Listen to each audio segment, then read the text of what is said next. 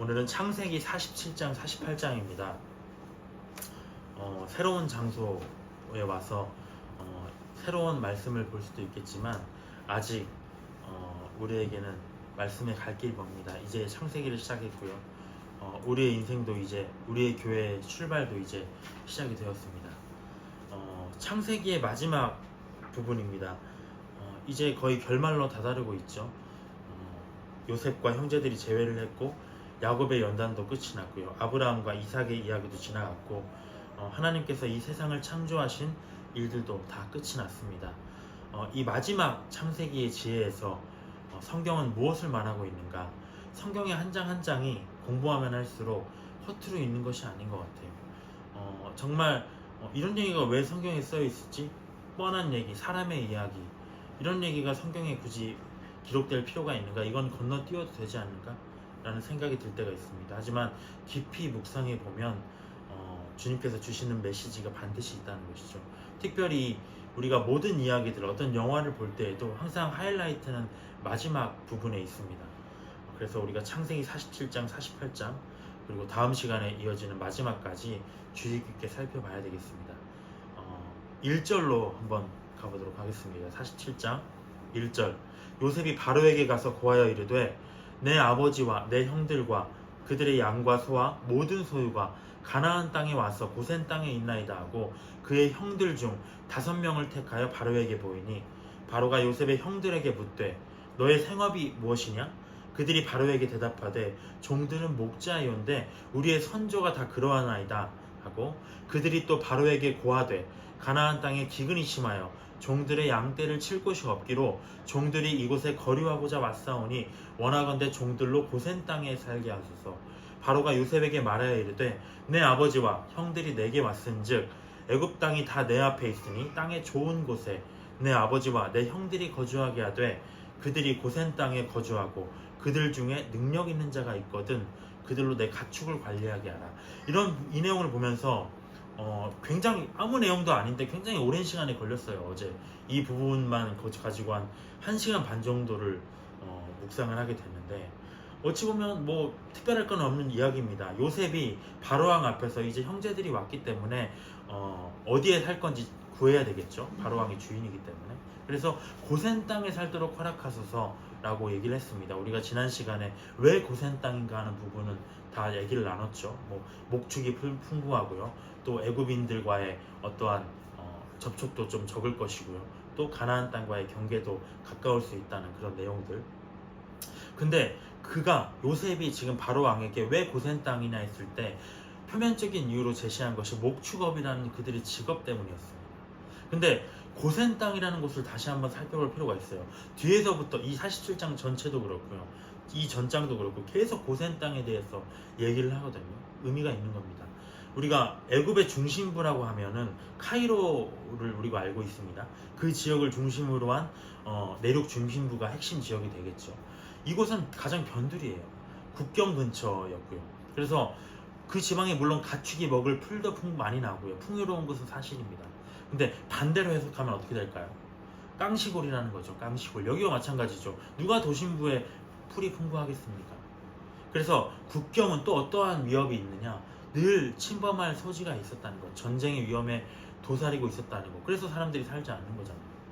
근데 왜 바로왕, 왜 요셉은 이 땅을 굳이 그들에게 구하게 했는가? 앞서서 바로왕은 요셉에게 뭐라고 했냐면 너희 가족들이 오면 그들이 원하는 대로 좋은 땅에 거주하게 해줄게, 또 좋은 곳을 줄게라고 얘기했습니다. 당연한 거 아닌가요? 자기의 총리가 오는데 뭘 못 해주겠습니까? 그래서 그들이 목축업을 할 필요가 있었을까요? 필요가 없었어요. 이미 총리의 신분으로서 재력이 풍부했고요. 풍족하게 살 수 있었다는 거죠. 굳이 그런데 왜 목축업을 들어서 그들을 고센 땅이라는 변두리에 거주하게 했는가? 만약 반대로 생각해 볼까? 요셉이 바로 왕에게 이들이 정말 이 애굽의 중심부 내륙 땅, 이 카이로 지역, 이 지역에 살고 싶습니다라고 건의를 했다면 어떻게 됐을까요? 바로 왕은 자기가 한 얘기가 있어요. 그래서 아마 하라고 했을 겁니다. 거기에 살라고 허락했을 겁니다. 근데 제가 느꼈을 때는 뭔가 왕의 심기를 불편하게 할 수 있었다. 왜 그럴까요? 지금 상황을 보면 몇 년간 흉년이 이어지고 있어요. 전에 말했듯이 유일하게 그 지역에서 애국만 양식이 있었다는 거죠. 주변국들이 계속 침범을 하려고 스파이 활동을 하고요. 정말 나라가 정말 이방인들에 대해서 적대적인 상황에 와 있습니다. 근데 아무리 총리의 가족이라고 해도 지금 20년 만에 만났잖아요. 이방인들이잖아요. 그들이 누군지 몰라요. 그들을 애굽에 거주시킨다? 뭔가 생각이 없구나. 약간 이렇게 생각할 수 있겠죠. 아, 네가 하라는 대로 하지만 자기 마음속에는 리더란 그런 거잖아요. 어떤 일을 판단하면서 와, 얘가 좀 생각 없게 행동하네. 그러다 보면 어떻게 될까요? 바로 왕은 아마 요셉에 대한 신뢰를 잃어갈 수가 있었습니다. 이 부분에 대해서 왜 계속 묵상을 했느냐? 직장관계, 상하관계를 우리가 한번 생각해 볼 필요가 있어요. 하급자가 상급자에게 미운털이 바뀌면 이게 관계가 끊어지는 거죠. 만회하기가 어려워요. 그래서 왜 바로왕은 특별히 어떤 전례가 있었습니까? 전에 자기 최측근 신하, 술먹 맡은 관원이죠. 떡 맡은 관원. 자기 먹는 음식들을 준비하는 사람들이에요. 그 신하들마저 어떤 일인지 모르겠지만 바로 감옥에 보내는 그런 사람이었다는 거죠. 관계라는 것은 나빠지면 순식간이에요. 하지만 회복하는 데는 오랜 시간이 걸린다. 그것이 상하 관계라면 더한 것이다라는 거죠. 그래서 요셉이 만약에 그래서 신망을 잃었으면 어떻게 되는 건가요? 지금 자기뿐만 아니라 애굽으로 이주를 했어요. 가족들이 위협받게 될 수 있다는 거죠. 그들의 안위까지. 그래서 요셉은 어떻게 됐냐? 바로 왕이 진정 원하는 것이 있었어요. 아, 이들은 좀 변두리에 살았으면 좋겠다. 속마음, 그것을 요셉이 말해주는 거죠. 그의 마음을 흡족하게, 그의 손에 피 묻히지 않고, 그러면서도 가족들이 평안하게 살 수 있는 지역이 어딘가, 자기의 지혜를 발휘해서 지금 처세술과 어떤 고도의 눈치를 보이고 있는 거라고 생각이 됩니다. 우리가 이처럼 바로왕을 보면 참 우리가 복잡하다. 근데 사람들은 직장생활을 조금만 해봐도 다 그래요. 자기들은 다 관대하고 좋은 사람이고 이런 사람으로 비춰주고 싶어요. 하지만 자기 속내는 따로 있어요. 그래서 그 속내를 알고 해주는 사람이 바로 좋은 신하라고 인정을 받는 거고, 그것도 모르고 그냥 저 사람 편한 사람이라고 막대하면 망가지는 게 바로 직장 생활이라는 겁니다. 전 세계 공통의 직장 생활, 그것이 우리가 사는 세상이죠. 크리스천이라도 예외는 없습니다. 그래서 오늘 우리의 지혜, 우리 47장 48장에서 나오는 얘기는 지혜에 대한 내용이에요. 특별히 요셉은 이 세상을 살아가는 지혜가 이 47장에서 등장을 하게 됩니다. 우리가 예수님이 뭐라고 하셨나요? 비둘기같이 순결하라고 하셨습니다. 그건 당연한 것이죠. 근데 우리가 사탄이 지배하는 세상에 살기 때문에 여기에 대응하기 위해서는 뱀 같은 지혜로움 가져야 된다. 왜 그렇게 하나요? 성공하기 위해서? 아니에요. 왜 그렇게 해야 되느냐? 신앙생활에 방해받지 않기 위해서. 직장생활에서 문제 생기면 신앙생활 안 됩니다. 그래서 우리가 믿지 않는 세상으로 대변되는 애굽의 왕, 상급자죠. 그것과 믿는 의로운 성도, 이 요셉과의 관계, 성도로 대변되는 그 관계 속에서 우리가 알아야 될 것은 어떻게 우리가 이 세상을 살아야 되는가 라는 부분을 알 수가 있다는 겁니다. 요셉의 제안을 받은 바로왕은 6절에서 보면 내가 축도 관리해라 그러면 이렇게 얘기해요. 자기가 굉장히 관대해 보이잖아요. 근데 만약에 바로왕이 진실로 요셉의 가족을 이렇게 좋은 곳에 살고 싶었다면 어떻게 했을까요? 야, 뭔 얘기야? 니네 가족들이 무슨 목축업이야? 그냥 여기서 풍족하게 살아, 여기 좋은 곳에 살아라고 했겠죠. 근데 그런 얘기 안 하잖아요. 그래, 거기서 살면서 내 가족도 좀 관리해라, 마치 관대한 그런 모습을 보이는 것처럼. 그게 바로 세상의 직장 상사의 모습입니다. 사실 7절에 보면 요셉이 자기 아버지 야곱을 인도하여 바로 앞에 서게 하니 야곱이 바로에게 축복하며, 바로가 야곱에게 묻되 네 나이가 얼마냐?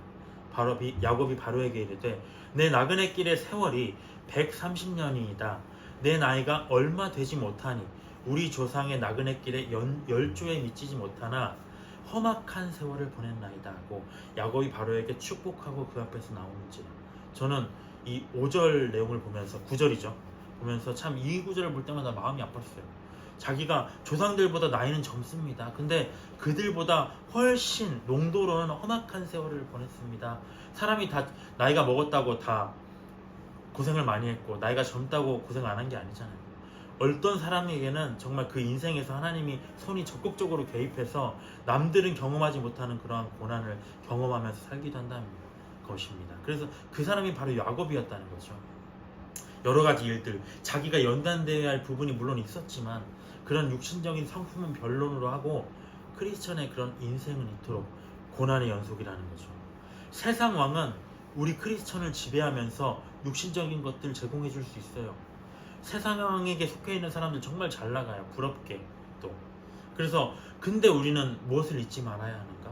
우리가 10절과 같이 하나님 안에서의 우리는 위치는 무엇인가? 바로 왕에게 야곱이 축복을 하는 위치라는 거죠. 그들이 우리에게 축복을, 아무리 그들이 잘 나가는 억만장자더라도 크리스천에게 복음을 받아야 할 입장에 처해 있다는 거죠. 믿지 않는 사람들이라면.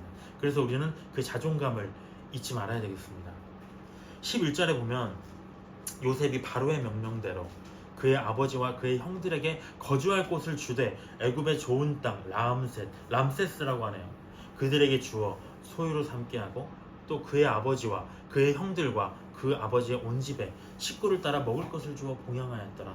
람셋은 고센 땅의 한 지역이었죠. 13절에 보면 기근이 더욱 심하여 사방에 먹을 것이 없고 애굽 땅과 가나안 땅이 기근으로 황폐하니 요셉이 곡식을 팔아서 애굽 땅과 가나안 땅에 있는 돈을 모두 거두어들이고 그 돈을 바로의 궁으로 가져가니 애굽 땅과 가나안 땅에 돈이 떨어진지라 애굽 백성이 다 요셉에게 와서 우리가 돈이 떨어졌사오니 먹을 것을 주소서 어찌 주 앞에서 죽으리오리까. 요셉이 이르되 너의 가축을 내라. 돈이 떨어졌은즉 너희가 너희의 가축을 바꾸어 주리라. 그들의 가축을 요셉에게 끌어오는지라. 요셉이 그 말과 양떼와 소떼와 나귀를 받고 그들에게 먹을 것을 주되 곧 그 모든 가축과 바꾸어서 그해 동안에 먹을 것을 그들에게 주니라. 이 지루한 내용들이 뒤에도 이어져요. 이게 왜 등장을 하는가? 정말 기쁜 메시지들이 지금 나오고 있습니다. 아까는 요셉의 지혜를 봤어요. 세상 사람들과의 관계에서의 대인관계의 지혜. 여기서는 뭐냐면 업무 처리에 관한 능력입니다. 앞서 우리가 총리 요셉 지금 무엇을 하고 있느냐? 풍년 때에 비축한 양식을 우리의 생각은 어떨까요? 와, 백성들에게 그냥 공짜로 나눠주면 되지 않느냐? 전 이런 생각했어요. 왜 그들에게 돈을 받고 팔아? 하나님의 사람이 왜 그랬을까요? 만약에 공짜로 줬다면 고마운 줄 몰라요. 이들은 그냥 밥을 떨어져도 우리가 그렇잖아요. 풍부하면 밥 떨어져 버려. 어차피 또 나올 건데 나라에서 일찌감치 다 소진했을 겁니다. 막 먹어요. 그냥 먹고 싶은 대로 다 죽는 거죠. 아끼라는 건 없는 거죠. 어려운 시기에. 그래서 그렇게 돈이 떨어졌어요. 어쨌든 그렇게 양식을 샀어. 이번에는 가축을 받고 팔게 됩니다. 그 다음은 어떻게 됩니까? 18절에 보면 이제 몸과 토지까지, 자기들의 몸과 토지까지 팔게 됩니다. 저는 이 모습 보면서 하나님의 사람이 어떻게 사람을 노예로 삼느냐 이런 생각을 했어요. 왜 이야기가 여기 있을까? 그래서 이제 제사장이 토지를 제외하고요. 우리 레위 지파도 마찬가지지만 그쪽 애굽의 제사장들도 마찬가지였나 봐요. 그들의 토지는 사지 않고요. 그들의 어떤 성역은 건들지 않고요. 사람들에게서 이제 어떤 양식을 먹기 위하여 재물들을 그들에게 판매하고 다 거둬들입니다. 몸을 받았다는 것은 뭐냐? 바로 왕의 노예가 되게 했다는 거예요. 백성들은 이제 왕의 말에 절대적으로 복종을 해야 돼요. 시키는 거는 다 해야 돼요. 원래 왕이긴 했지만 이제는 완전히 그 생명이 볼모로 잡혀 있다는 겁니다. 그들이 가진 거 다 회수를 했어요. 가축, 돈, 몸, 토지 이제 다 국가의 것이 된 겁니다. 저는 23절에 보면 이제 요셉이 백성에게 이르되 오늘 내가 바로를 위하여 너희 몸과 너희 토지를 샀노라. 다 산 거죠. 근데 뭘 하냐면 여기 종자가 있으니 너희는 그 땅에 뿌리라. 추수의 5분의 1을 바로에게 상납하고 5분의 4는 너희가 가져서 토지의 종자로도 삼고 너희의 양식으로도 삼고 너희 가족과 어린아이의 양식으로도 삼으라. 그들이 이르되 주께서 우리를 살리셨사오니 우리가 주께 은혜를 입고 바로의 종이 되겠나이다. 이상한 상황이죠. 자기가 어찌 보면은 양식으로 다 자기 국가에 다 바쳤는데도 불구하고 이 사람들의 반응은 뭐냐면 감사합니다. 살리셨습니다. 라는 상황이 된다는 거죠. 이것이 지혜 아닌가요? 이게 지혜. 26절에 요셉이 애굽 토지법을 세우매 그 5분의 1이 바로에게 상납되나 제사장의 토지는 바로의 소유가 되지 아니하며 오늘날까지 이르니라. 그들은 그들의 양식을 자급자족할 수 있도록 남겨두었고 사람들의 것만 받았다는 거죠. 애굽 토지법이 등장을 합니다. 요셉이 만든 엄청난 지혜의 법률이었죠. 그것이 무엇이냐? 모든 것이 이제 국가의 소유예요. 너희들이 먹고 살려면 씨를 줄 테니까 심어라. 일을 시키는 거예요. 일을 시켜. 그리고 거기 소출 중에서 5분의 1은 저는 5분의 1이 너희들이 먹고 살아라 해야 될 거 맞는 것 같아요. 근데 여기서 요셉은 굉장히 어찌 보면 아량이잖아요. 5분의 4는 너가 가지고 5분의 1만 나 우리에게 바쳐라 라고 얘기를 하는 겁니다. 정말 어찌 보면 이걸 보면 뭔 생각이 드냐면 공산주의가 생각이 났어요. 공산주의 우리가 알죠. 어떤 일을 하든지 간에 다 국가로 귀속돼요. 그렇지만 이거는 공산주의가 아니에요. 왜냐? 공산주의는 얻은 걸 다 국가가 거둬들여서 국가가 그냥 배급제라는 거죠. 근데 그러면 폐해가 무엇이냐? 사람들이 일을 안 해요. 지금 마찬가지잖아요. 왜 이래? 열심히 일하나? 대충 일하나? 국가에서는 항상 똑같은 내용이 나오는데 그래서 다 공멸하는 거잖아요. 근데 반대로 자본주의에 우리가 지금 살고 있는 폐해는 무엇입니까? 빈익부 빈익빈 부익부죠. 양극화가 너무 심해진다는 거죠. 그래서 요셉은 어떻게 했냐면 어떤 사람만 과도하게 부자로 사는 거 안 돼. 나머지는 거지가 되는 거 안 돼. 근데 너희가 일은 해야 돼. 너희가 스스로 의무는 다 해야 돼. 모든 것을 국가 소유로 두어서 국가가 시장을 통제한다는 거죠. 근데 각자가 일한 만큼은 짜게 주는 것이 아니라 너가 이만큼 일했어? 만약에 그 파이가 커지면 당연히 5분의 4도 커질 거 아닙니까? 그래서 너희가 열심히 일하면 너희가 더 가지고 갈 거야. 우리한테 물론 더 바치겠지만 모두 다 잘 사는 체제를 만들었다는 거죠. 얼마나 큰 지혜입니까? 일할 의지와 기쁨도 주는 어찌 보면 인센티브제와 같은. 그래서 당시에 근데 우리가 왜 이러한 정책이 이 시대에는 없는가? 그런 정책이 성공하려면 무엇이 필요할까요? 요셉과 같은 지도자가 필요한 거죠. 청렴한 지도자. 문제가 뭡니까? 이러한 체제는 잘 만들 수 있는데 거기서 빼먹는 놈들이 있다는 거죠. 빼먹는 놈들. 그래서 어쩔 수 없이 이 국가 경영을 하는 지도자들이 부패하면 이 체제가 유지가 안 된다는 거예요. 그래서 공산주의 아니면 자본주의 이거밖에 없는 거잖아요. 이러한 요셉의 지혜를 우리가 봅니다. 대인관계, 처세술의 지혜, 업무 능력, 세상을 살아가는 지혜, 크리스천에게 매우 필요하다는 겁니다. 영적인 것만 잘하고 세상은 개판으로 그냥 살면 되는 건가? 아니죠. 하나님은 세상에서도 지혜를 발휘하기 원하신다는 겁니다. 27절에 이스라엘 족속이 애굽 고센 땅에 거주하며 거기서 생업을 얻어 생육하고 번성하였더라. 야곱이 애굽 땅에 17년을 거주하였으니 그의 나이가 147세라. 오래도 살았네요. 이스라엘이 죽을 날이 가까움에 그의 아들 요셉을 불러 그에게 이르되 이제 내가 내게 은혜를 입었거는 청하노니 내 손을 허벅지 아래에 넣고 인애와 성실함으로 내게 행하여 애굽의 나를 장사하지 아니하도록 하라. 내가 조상들과 함께 눕거든 너는 나를 애굽에서 메어다가 조상의 묘지에 장사하라. 요셉이 이르되 내가 아버지의 말씀대로 행하리이다. 야곱이 이르되 내게 맹세하라 하매 그가 맹세하니 맹세를 이렇게 시켜요. 이스라엘 침상머리에서 하나님께 경배하니라. 이제 여기서부터는 뭐가 나오냐?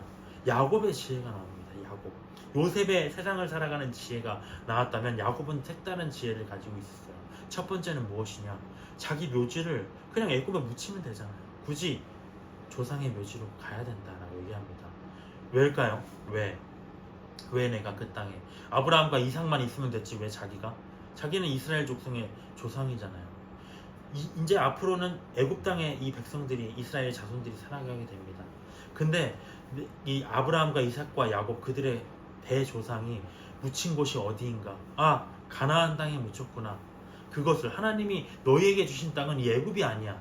가나안 땅에 있어라는 것을 잊지 않게 하기 위한 하나님의 언약, 그들의 본향을 잃어버리지 않기 위한 영적인 지혜라는 거죠. 그것을 발휘한 겁니다. 이처럼 우리도 어떤가요? 애굽과 같은 세상에 살아가요. 우리도 세상의 노예로서 정말 그것밖에 없는 것처럼 세상에서 영원히 살 것처럼 아둥바둥하면서 살아가잖아요. 정말 지치고 피곤하게. 하지만 결국에는 이 나그네 길 바치고 육신의 연수가 다하면 우리도 야곱처럼 본향으로 가야 됩니다. 천국으로 돌아가게 될 것. 영적인 이런 야곱은 이러한 지혜가 있었다는 겁니다. 두 번째, 48장 1절에 보면 이 일 후에 어떤 사람이 요셉에게 말하기를 내 아버지가 병들었다 하므로 그가 곧 두 아들 므낫세와 에브라임과 함께 이르니 어떤 사람이 야곱에게 말하되 내 아들 요셉이 내게 왔다 하매 이스라엘이 힘을 내어 침상에 앉아. 병들어 육신의 생명이 지금 다해가고 있어요. 야곱이. 근데 아들과 손자들이 지금 문안을 온 것을 보고 힘을 내어서 침상에 앉습니다. 정말 하나님과 평생을 동행했던 그 한 별이 지금 지는 상황이잖아요. 야곱에게는 분명히 오욕의 세월을 우리가 다 봤습니다. 정말 다 까발려져서 성경에 우리가 모든 것을 낱낱이 살펴봤다는 겁니다.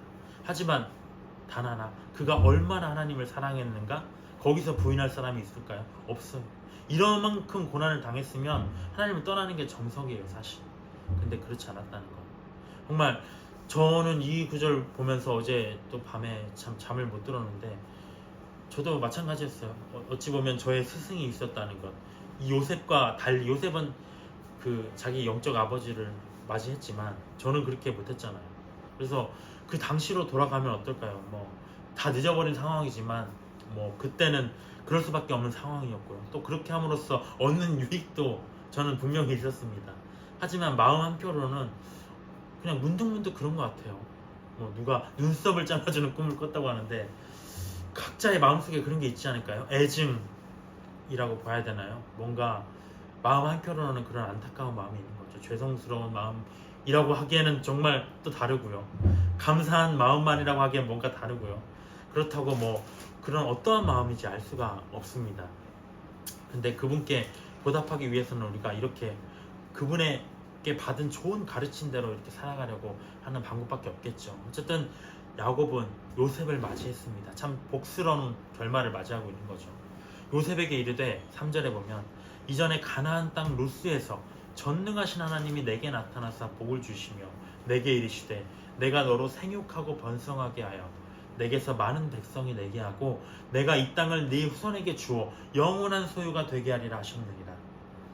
아들과 손자들을 지금 앉혀놓고요.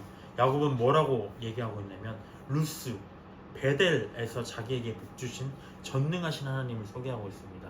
언젠가부터 야곱은 계속 전능하신 하나님을 얘기하고 있어요. 베델은 야곱의 인생에서 특별한 장소입니다. 첫 번째, 에서를 피해서 도망가다가 지금 가나안 땅을 떠나다가 하나님을 만난 곳이었고요. 두 번째, 세겜에서 우리가 가나안 땅으로 돌아오다가 세겜으로 새길로 샜잖아요.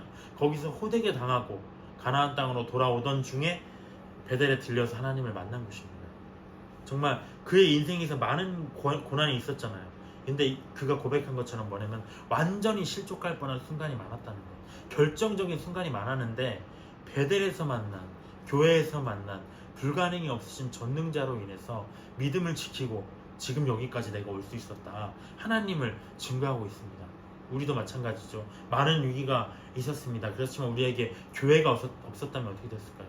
하나님의 집인 교회가 없었다면 우리가 여기까지 올 수 있었을까요? 그건 부인할 수가 없습니다. 그러므로 나의 교회, 우리 교회, 정말 너무 중요한 개념이죠. 야곱이 교회라고 세운 게 무엇입니까? 기름으로, 정말 베델에서 기름을 부은 돌기둥 하나. 그게 뭐라고? 아무것도 아니에요. 초라해요. 정말 초라한 모습. 저는 이 모습을 보면서 우리 교회 나와 같은 모습이다라고 생각이 들어요. 정말 돌기둥 하나를 가지고 하나님이 여기 계시는 줄 몰랐다면서 기름을 붓고, 그게 교회라고, 하나님의 집이라고 얘기를 한 것처럼 외관이 중요한 것이 아니라 하나님이 만나주시고 도움을 주신다면, 하나님이 우리를 인도하시고 역사하시고 어떠한 우리 안에서 하나님의 일들을 성취해 나가는 것을 우리가 체감할 수 있다면 그곳이 바로 교회라는 겁니다. 그래서 우리가 지금 우리에게 베델은 어딘가? 저는 그것이 우리가 지금 함께하고 있는 이 교회이기를 바랍니다. 5절에 보면, 내가 애굽으로 와서 내게 이르기 전에 애굽에서 네가 낳은 두 아들 에브라임과 므낫세는 내 것이라. 르우벤과 시므온처럼 내 것이 될 것이요 이들 후에서 네 소생은 너의 것이 될 것이며 그들의 유산은 그들의 형의 이름으로 함께 받으리라. 야곱은 지금 두 아들, 요셉의 두 아들이죠. 자기 손자들을 양자로, 기업을 이어받을 양자로 받아들였어요. 근데 저는 여기서 의문이 또 들더라고요. 어떤 기업을 줄 것인가? 애굽의 총리인 요셉보다 더 큰 기업이 있을까요? 뭐 어떠한 재산을 줄 수 있을까요? 야곱이. 근데 이것은 그러면 어떠한 기업을 말하는 것인가? 당장의 기업이 아니죠. 영적인 기업, 영적인 지혜를 두 번째로 발휘합니다. 나는 애굽에 가서 죽는 것이 아니라 야곱 가나안 땅에 가서 묻혀야 된다. 영적인 해안이었죠. 두 번째는 너희 두 아들 가나안 땅에 들어가서 복을 받아야 된다. 기업을 받을 것이라고 얘기합니다. 가나안 땅이라는 하나님의 축복을 받는 일에서 참여하게 될 것, 엄청난 얘기를 하고 있는 거죠. 실제로 그들이 광야 생활을 마치고 가나안 땅 들어가서 기업을 분배받을 때 이렇게 성취되잖아요. 요셉과 레위 제사장 지파를 빼고 그들이 기업을 받게 됩니다. 근데 왜 요셉이 두 아들을 양자로 삼았는가? 되게 특이한 내용이에요. 근데 그 이유가 7절에 나옵니다. 왜 너희들이 너의 두 아들을 손자들을 내가 양자로 삼느냐? 7절에 내게 대하여는 내가 이전에 밧단에서 올 때 라헬이 나를 따르는 도중 가나안 땅에서 죽었는데 그곳은 에브랏까지 길이 아직도 먼 곳이라 내가 거기서 그를 에브랏길에 장사하였느니라. 에브랏은 곧 베들레헴이라. 왜 너희들을 양자로 삼았느냐? 사실 저는 이해가 안 가더라고요. 왜냐면 라헬로부터만 자식을 더 못 얻었을 뿐이지 요셉과 베냐민만 얻었을 뿐이지 다른 마누라로부터는 다 얻었잖아요. 근데 자기는 사랑했던 사람이 따로 있었다는 거죠. 그에게서 내가 아들을 더 얻고 싶었는데 너희 둘밖에 없었다. 왜? 죽어버렸기 때문에, 일찍 죽었기 때문에. 그래서 이 너희 아들을 내가 양자로 삼아야 되겠다, 이렇게 얘기를 하는 겁니다. 8절에 이스라엘이 요셉의 아들들을 보고 이르되 이들은 누구냐? 뜬금없는 소리 하네. 계속 지금 양자 얘기를 하고 있는데 갑자기 이들은 누구냐? 좀 치매 증상이 왔을 수도 있을 것 같아요. 눈이 안 보이나? 9절에 보면 요셉이 그의 아버지에게 아뢰되 이는 하나님이 여기서 내게 주신 아들들이니이다. 아버지가 이르되 그들을 데리고 내 앞으로 나아오라. 내가 그들에게 축복하리라. 이스라엘의 눈이 나이로 말미암아 어두워서 보지 못하더라. 요셉이 두 아들을 이끌어 아버지 앞으로 나아가니 이스라엘이 그들에게 입맞추고 그들을 안고 요셉에게 이르되 내가 네 얼굴을 보리라고는 생각하지 못하였더니 하나님이 내게 너의 자손까지도 보게 하셨도다.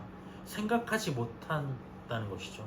야곱은 정말 이 두 아들을 본 것이 정말 감개무량했습니다. 죽은 줄 알았던 아들만 봐도 정말 그가 총리만 된 것으로도 정말 감격스러운데 아들의 아들들까지 보게 되었다는 것, 그러한 생각지도 못한 축복을 주신 것은 바로 하나님이라는 것을 분명하게 밝히고 있습니다.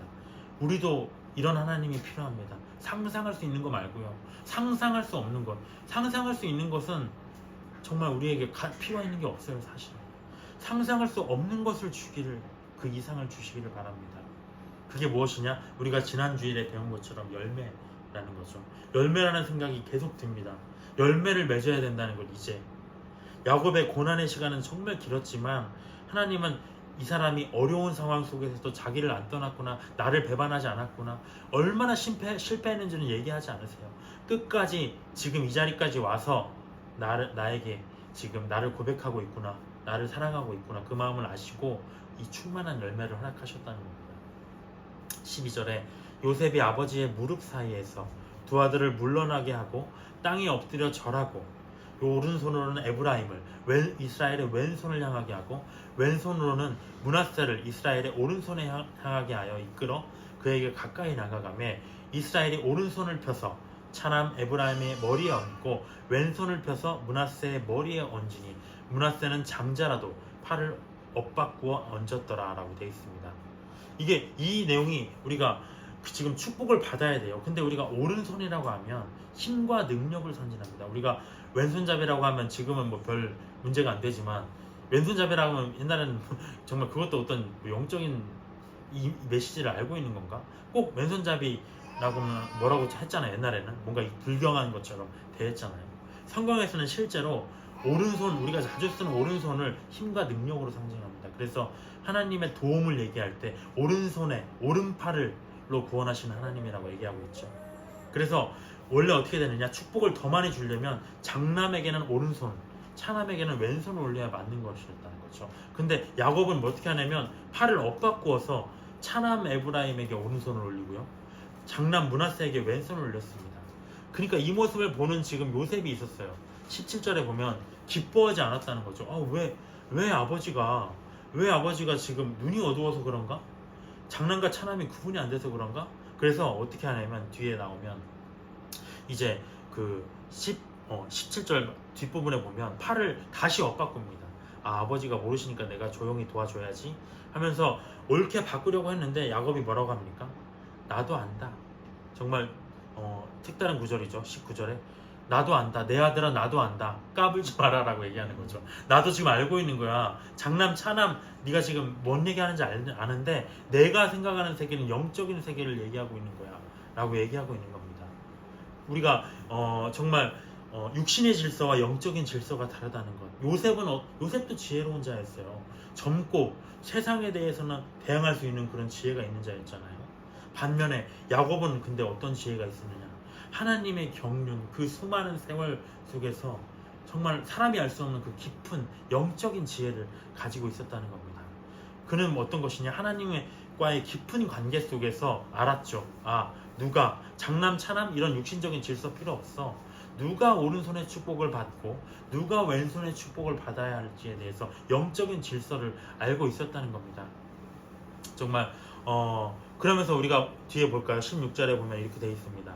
나를 모든 환난에서 건지신 여호와의 15절부터 볼까요? 요셉을 위하여 축복하여 이르되 내 조부 아브라함과 아버지 이삭이 섬기던 하나님, 나의 출생으로부터 지금까지 나를 기르신 하나님. 정말 감동적인 부분이죠. 출생, 내가 하나님을 자각하지 못하는 그 모태에서부터 지금까지 나를 기르신 분은 사람이 아니라 하나님이셨다. 16절에 나를 모든 환난에서 건지신 여호와의 사자께서 이 아이들에게 복을 주시오며 이들로 내 이름과 내 조상 아브라함과 이삭의 이름으로 칭하게 하시오며 이들이 세상에서 번식되게 하시기를 원하나이다 라고 되어 있습니다. 여기서 특별한 건 나를 모든 환난에서 건지신, 누가 건지셨나요? 여호와의 사자, 여호와라고 안 해요. 여호와의 사자라고 하는 것이죠. 그것이 바로 야곱이 영적인 지혜를 가졌다는 세 번째 표징입니다. 무엇이냐? 그는 메시아를 알고 있었다는 거죠. 이제 이 말년에 와서 그는 구약에 있어서 모든 일들을 영적으로 판단하기 시작했어요. 나는 가나안 땅으로 가서 묻혀야 되고, 지금 장자의 축복을 받을 자는 차남이 아니라 장남이고, 또 하나 지금 우리 세계를 내가 기다리고 있는 주인은 누구인가? 우리 구약의 이 모든 하나님이 인도하시는 이 모든 세계의 주인은 누구인가? 여호와의 사자. 그리고 그분이 나를 위기 때마다 지키신 분이라는 것을 깨달았다는 거죠. 엄청난 영적인 지혜를 갖고 있었던 겁니다. 그래서 우리가 이렇게 47장 48장을 보면서 드는 생각은 우리에게 왜 이 창세기 말미에서 이 메시지를 주는가? 우리에게 필요한 게 무엇인가? 지금 이 시간 지혜라는 겁니다. 지혜가 필요한 시간이 됐다는 겁니다. 종말을 앞둔 우리의 시대요, 그 어느 때보다 영적 전쟁이 정말 치열할 겁니다. 요셉은 하나님이 주시는 지혜로 사람들과의 대인관계, 업무 능력, 지혜를 발휘했어요. 크리스천이 세상을 살아가는데 신앙생활을 방해받지 않기 위해서 매우 중요합니다. 근데 그러한 요셉도 자기 아들 중에서 누가 오른손에 축복을 받아야 할지 이런 거 몰랐어요. 그는 하나님의 일, 영적인 일을 판단하는 데 있어서는 세상 사람들과 사실 다르지 않았다는 거죠. 아직 하나님과의 경륜이 더 필요했고요, 그분과의 더 깊은 관계가 필요했던 겁니다. 하지만 야곱은 누가 축복을 받아야 될지 알고 있었습니다. 이 모든 비밀들을 알고 있었다는 거죠. 그의 육신의 눈은 어두워져 갔다고 됐어요. 하지만 영적인 눈은 갈수록 총명해졌다는 것. 그리고 나아가서 어떻게 되나요? 그 둘에게 48장 16절 여기에 기록된 것과 같이 여호와가 아닌 여호와의 사자 예수님을 지금 고백하고 있다는 것. 그가 나를 지키셨구나. 예수께서 내 인생을 지키셨구나. 그도 복음의 사람이었다는 겁니다. 어쨌든 야곱은 이제 중요한 것은 결론이죠. 그들은 차남이든 장남이든 모두를 축복했습니다. 중요한 건 무엇이냐? 이제 예수 안에서 열매를 맺는 거예요. 사실 그 축복받은 에브라임이 어떻게 됐습니까? 사실 계시록에 가면 그 이름도 안 나와요. 그 지파에 들지도 않잖아요. 자세히 보면 정말 망했어요. 북이스라엘도 마찬가지지만 멸망하는 족속이 돼버렸고. 그러니까 축복은 지금 우리는 모두 다 축복을 받은 사람이라는 거죠. 예수의 축복. 중요한 것은 무엇이냐? 열매를 맺는 것. 지혜를 가지고 방심하지 말고 끝까지 누가 더 축복을 받았나 자랑하지 말고 누가 더 예수를 사랑하는가, 그것을 자랑해야 된다는 겁니다. 그것이 하나님 안에서 우리 교회와 앞으로 우리 교회에 나올 모든 사람들, 이 종말의 시대를 살아가는 우리들의 미래를 결정하게 될 것이라는 사실입니다. 지혜를 우리가 얻기를 원합니다.